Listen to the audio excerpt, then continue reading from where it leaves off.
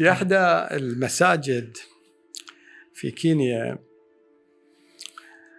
في مومباسا ألقيت كلمة عن الأخوة الإسلامية وعن اتحاد المسلمين ونبذ الخلافات المذهبية.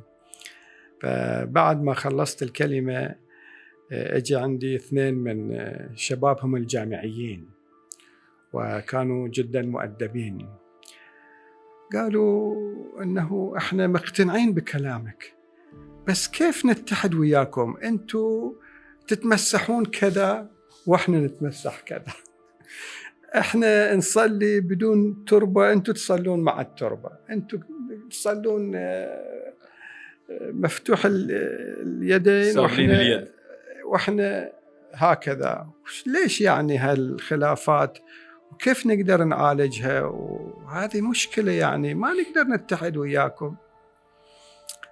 خليتهم يتكلمون على راحتهم. بعدين قلت لهم انه اذا احنا قاعدين نتناقش حول هذا الموضوع بالذات واذا السقف هذا سقف المسجد بدأ يهتز ويكاد هذا السقف مثلا يسقط على رأسي أنا الشيعي وعلى رأسك أنت السني، فماذا نفعل؟ قال نخرج من المكان. قلت له جزاك الله خير، وإذا عند الباب مثلا أنا طحت تشيلني؟ قال حتما. قلت له إذا أنت طحت أيضا أنا أشيلك. قال كلام سليم. قلت له الوحدة اللي احنا نتكلم عنها هي هكذا، احنا كشيعة والسنة أمة إسلامية مهددة بالثقافات الغازية، بالهجمة الإلحادية وممارسات